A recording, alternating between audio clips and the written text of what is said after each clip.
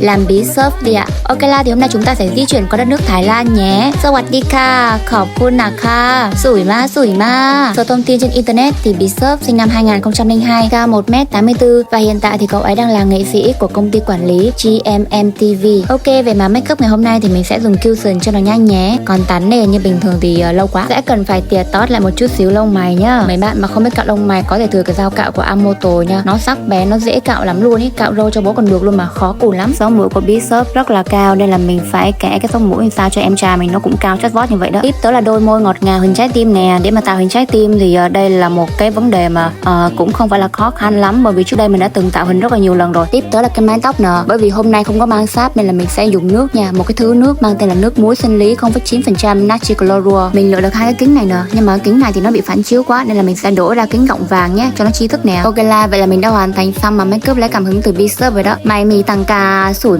má. Thank you so much, bye bye.